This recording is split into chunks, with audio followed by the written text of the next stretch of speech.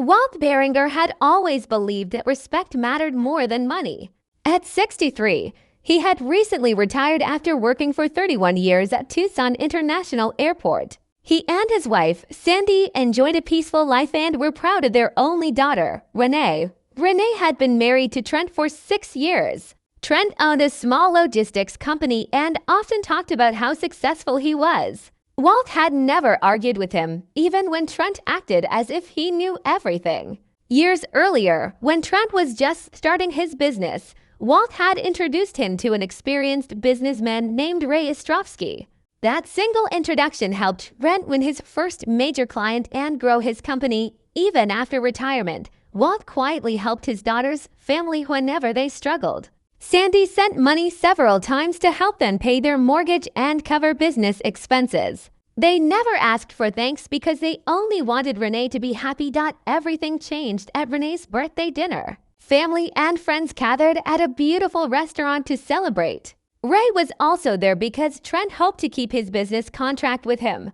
During the meal, Trent stood to give a birthday toast. Instead of praising Renee, he began talking about his own success. Then he laughed and said, "I've been carrying this family for years. Even my father-in-law has been a financial burden." The room became silent. Some guests smiled nervously while others looked down at their plates. Renee looked shocked.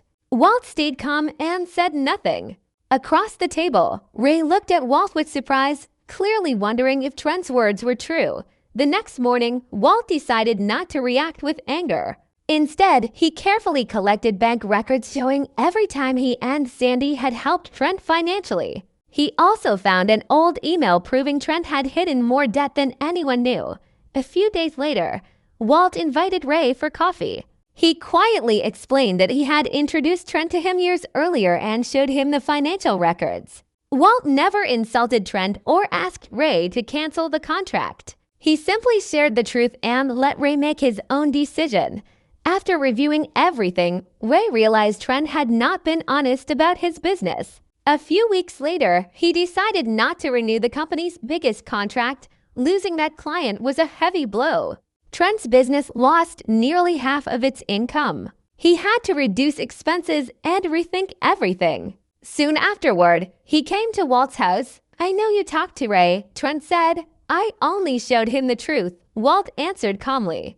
"You called me a burden in front of everyone, but you forgot who helped you build your business." Trent had no answer. For the first time, he realized how much Walt had done for him over the years. Months later, Trent apologized sincerely. He admitted his mistakes, removed Renee's name from his business debt, and began rebuilding his family with honesty instead of pride. Walt accepted the apology, but never gave them money again. He had learned that kindness should never be mistaken for weakness. Sometimes, the strongest response is not anger or revenge. It is letting the truth speak for itself.